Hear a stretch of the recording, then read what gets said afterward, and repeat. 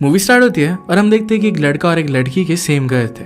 उन दोनों को हम साइड बाय साइड देख रहे थे। दोनों में बहुत सारी सिमिलरिटीज है। उन दोनों के पास कैट है और दोनों के एक जैसे ही फैन है। दोनों ही उठने के बाद एक ही चीज कहते हैं। दोनों ब्रश करने के बाद मिरर में देखते हैं। इस तरीके से उनमें बहुत सारी सिमिलरिटीज थी। आज उस लड़की को कोई प्रपोज करने वाला था और ये लड़का किसी दूसरी लड़की को प्रपोज करने वाला है। इसके बाद वो दोनों कपड़े बदलते हैं। वो दोनों फिर अपना रूटीन कंटिन्यू करते हैं और इसके बाद वो घर से निकल जाते हैं। दोनों को एक आदत थी, घर के बाहर गमले के नीचे वो घर की चाबी रखते थे। इसके बाद वो दोनों अपनी कार में जाकर घर से बाहर निकल जाते हैं। हमें फिर पता चलता है कि वो दोनों आइडेंटिकल जगह पर ही रहते हैं। इसका नाम अल्क्लाव नॉरवुड था। अब हम देखते हैं कि वो लड़का कॉफी शॉप में जाकर बहुत सारे लोगों के लिए कॉफी लेकर आता है। उसे अपने मॉम का वीडियो कॉल आया। उसकी मॉम उसे अपने साथ रिंग ले जाने के लिए कहती है। उसे ये भी कहती है कि अपनी सर्दी की दवाई भी लेकर जाना और रिंग को भूलना मत। इसके बाद वो अपनी मॉम को बात कर ऑफिस चला जाता है। पैरेलल में हम देखते हैं कि सेम टू सेम वो लड़की अपनी मदर से बात कर रही थी कि आज उसने मुझे मिलने के लिए डिनर पर बुलाया है। आज वो शायद मुझे प्रपोज करेगा। हमें पता चलता है कि उस लड़की की सिस्टर की भी शादी हो रही थी, तो उसकी मदर उसे दोपहर में ब्राइडल शॉप में मिलने के लिए कहती है। उसने कहा कि फिर से लेट मत हो जाना। इसके बाद हमें पता चलता है कि उस लड़के का नाम है ग्रिफिन। वो अपने सारे फ्रेंड्स को कॉफी दे देता है। उसके फ्रेंड उसे बता रहे थे कि किस तरीके से उसे अपनी गर्लफ्रेंड को प्रपोज करना चाहिए। इसके बाद हमें उस लड़की का नाम पता चलता है। इसका नाम था मार्गोट और वो एक रियल एस्टेट एजेंट थी। वो अपनी ऑफिस में उसकी फ्रेंड से बात कर रही थी कि उसे अपनी बहन की ड्रेस सिलेक्शन में दोपहर पर जाना पड़ेगा। आज शाम उसकी डेट है। इसके बाद हम देखते हैं कि अपनी मदर और सिस्टर के साथ वो ड्रेस ट्रायल दे रही थी। यहाँ पर उसकी सिस्टर के साथ उसका झगड़ा हो जाता है। उसकी सिस्टर उसे कहती है कि जिस डेट के बारे में तुम कह रही हो, वो दोनों फिर और भी ज्यादा झगड़ने लग गए। सिस्टर ने कहा कि तुम मेरी वेडिंग में मत आना। मदर ये देख रही थी और उन दोनों में सुलह कर देती है।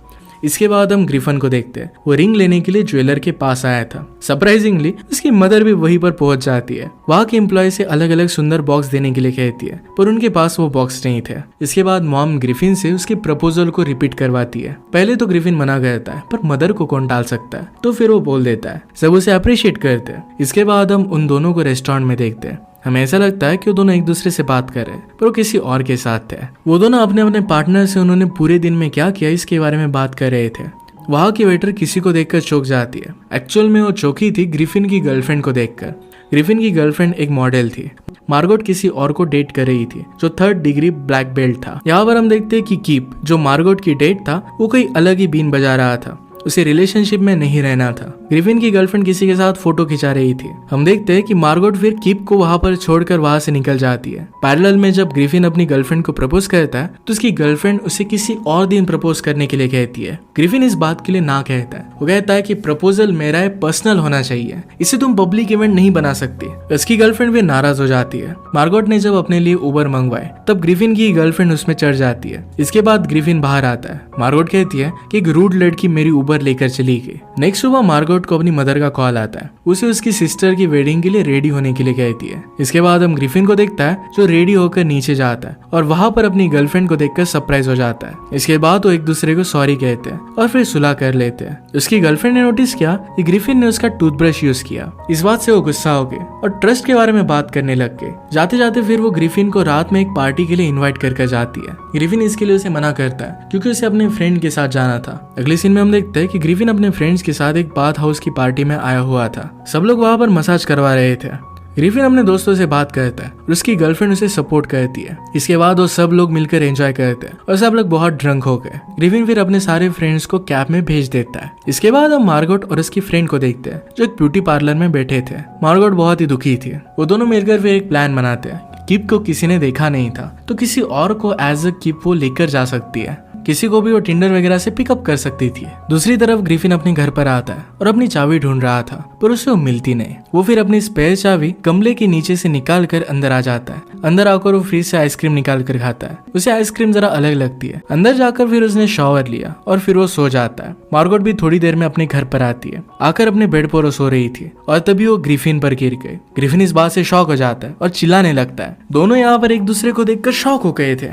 दोनों कहते कि तुम कौन हो। वो दोनों को लग रहा था कि उनका हाउस है। ग्रिफिन को लग रहा था कि उसका हाउस है, पर वो मार्गोट के हाउस में आ गया था। मार्गोट उसे चोर समझकर पुलिस को कॉल लगा देती है। पुलिस ने कॉल उठाया तो मार्गोट ने कहा कि मेरे घर में कोई घुस कर आया है। पुलिस कहती है कि अगर आपके पास कोई हथियार है तो उसका आप यूज कर सकते हो। ग्रिफिन फिर डर कर नीचे गिर जाता है। इसके बाद फिर मामला शांत होता है। मार्गोट की डोर बजती है। मार्गोट ने डोर खोला तो वहां पर कीप खड़ा था। वो अपना टक्स सूट लेने के लिए आया हुआ था। वो दोनों बात ही कर रहे थे, तभी ग्रिफिन सीढ़ियों से नीचे गिर जाता है। कीप मार्गोट से पूछता है कि ये कौन है, यहाँ पर कर क्या रहा है। ग्रिफिन ने कहा कि मैं एक लॉयर हूँ और तुम्हें शर्म आनी चाहिए क्योंकि तुमने मार्गोट के साथ ब्रेकअप किया। अब मार्गोट चाहती थी कि कीप उसकी जिंदगी से पूरी तरीके से चला जाए और इसी वजह से उसके सामने वो ग्रिफिन को किस कर लेती है। कीप फिर वहां से चला जाता है। इसके बाद मार्गोट ने ग्रिफिन से माफी मांगी कि उसने उसके साथ ऐसा किया। मार्गोट उसे कहती है कि मेरी सिस्टर की वेडिंग है और मेरे साथ आने के लिए अब कोई भी नहीं है, अगर तुम चाहो तो मेरे साथ आ सकते हो। उसे हेल्प मांग रही थी। ग्रिफिन ये सुनकर वहां से चला जाता है, पर वो थोड़ी देर में वापस आ गया। उसे कहता है कि वेडिंग में 8 बजे से पहले मुझे वापस जाना पड़ेगा। ग्रिफिन की हाथ सुनकर मार्गोट बहुत ही ज्यादा खुश हो गए।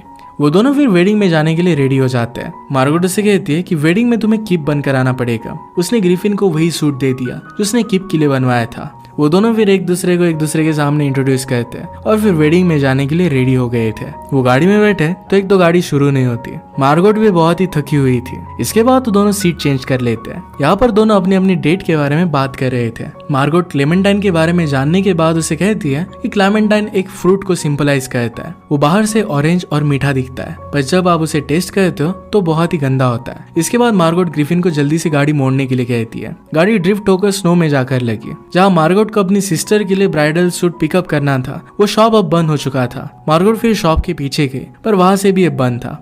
मार्गोट कहती थी कि मैं यहाँ से चढ़ सकती हूँ। ग्रिफिन ने कहा कि ये तो चोरी है, पर इसके सिवा और कोई भी ऑप्शन नहीं था। ग्रिफिन ने कहा कि मेरी हाइट तुमसे ज्यादा है, मैं इस पर आसानी से चढ़ सकता हूँ। इसके बाद तो दोनों अंदर जाने की बहुत कोशिश करते हैं। ग्रिफिन अंदर जाकर फिर वेल लेकर आता है। जैसे ही वो कार में बैठे तो कार का इंजन डाउन हो गया था। दोनों को फिर चलकर ही जाना पड़ता है। चलते चलते दोनों अपनी फैमिली के बारे में बात करते हैं, कैसे ग्रिफिन एक लौता ही बेटा था, सारी जिम्मेदारियां उसे उठानी पड़ती है। मार्गोट भी उसे अपनी सिस्टर के बारे में सारी बातें बताती है। तभी वहां पर एक घोड़ा गाड़ी आई।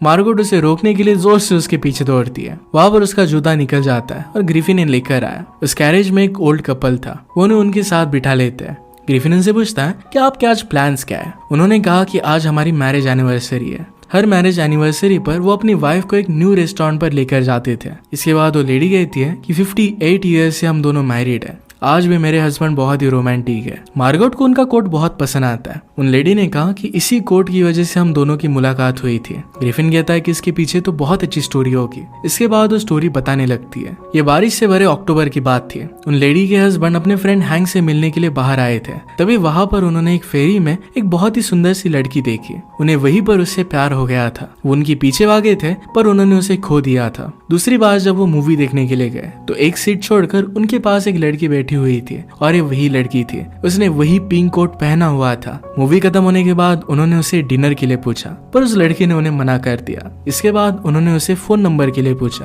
पर फिर भी उसने मना कर दिया था। एक दिन फिर वो अपने फ्रेंड से मिलने के लिए गए थे और फिर से उस लड़की से मिले। उसी के बाद से उन दोनों की रिलेशनशिप की शुरुआत हुई थी। थोड़ी देर उन्होंने बात की और लेडी कहती है कि हमें लेने के लिए हमारा बेटा आने वाला है। उनकी डेस्टिनेशन अब आ गई थी और मार्गोट को अपना कोट वो दे देती है। वो कहती है कि तुम्हें वेडिंग में ये कोट पहनना चाहिए। मार्गोट कहती है कि आपका ये लकी कोट है। उन लेडी ने कहा कि अगर यूनिवर्स आपको कोई चीज दे तो आप बहुत ही लकी हो। ये सारी किस्मत होती है, आपको चीज ठुकरानी नहीं चाहिए। ये बात सुनने के बाद ग्रिफिन वहां के रेस्टोरेंट के गार्ड को अपना क्रेडिट कार्ड दे देता है। कहता है कि इनका सारा बिल इस पर चार्ज कर लेना, कल सुबह आकर मैं इसे लेकर जाऊंगा। इसके बाद कैरेज में बैठकर वो चले जाते हैं। जब डेस्टिनेशन आती है तो मार्गोट भागकर अंदर चली जाती है। वो अपनी सिस्टर को वेल पहनाती है। सिस्टर ने कहा कि तुम्हारे जूते गंदे, इसे बदल कर लाओ। जब उसकी मॉम ने उसे पूछा कि क्या कीप भी यहाँ पर आया, तो इसके लिए वो हाँ कहती है। यहाँ पर ग्रिफिन कीप बनकर सबसे घुल मिल जाता है। मार्गोट की मदर आकर ग्रिफिन से बात करने वाली थी, तभी मार्गोट के फ्रेंड को लगता है कि ये वही कीप है जिसने मार्गोट के साथ ब्रेकअप किया है और इसी वजह से उसे थप्पड़ मार देती है। फ्रेंड ने कहा कि तुम्हें ऐसा नहीं करना चाहिए था, उसे पता नहीं था कि ये कीप नहीं है। मार्गोट उसे दूर से निशाने करती है और फ्रेंड को पता चलता है कि ये कीप नहीं है। तब तक सबको शक चला गया था क्योंकि फ्रेंड ने ब्रेकअप की बात कर ली थी। वो एक्सप्लेन करते कि मिसअंडरस्टैंडिंग थी। और इसके बाद वेडिंग स्टार्ट होती है। मार्गोट की सिस्टर को उसके फादर लेकर जा रहे थे, पर बीच में लाइट चली गई। पूरे लाइट सिस्टम का बैकअप भी चला गया था। अब लाइट कब आएंगे ये पता नहीं था। ग्रिफिन को फिर एक आइडिया आता है, ऑरेंजेस को काट कर उनमें ऑलिव ऑयल डालकर मॉब की रस्सियों को भिगाकर उनसे वो दिए जलाता है। यही करने में सब लोग लग जाते हैं और थोड़ी देर में हर जगह पर उजाला हो गया था। इसके बाद उसकी सिस्टर की वेडिंग बहुत ही अच्छे से हो जाती है। जब वो किस कर रहे थे उसी मोमेंट पर लाइट वापस आ गया। इसके बाद सब लोग डांस करते हैं। ग्रिफिन के यहाँ से जाने का टाइम आ गया था।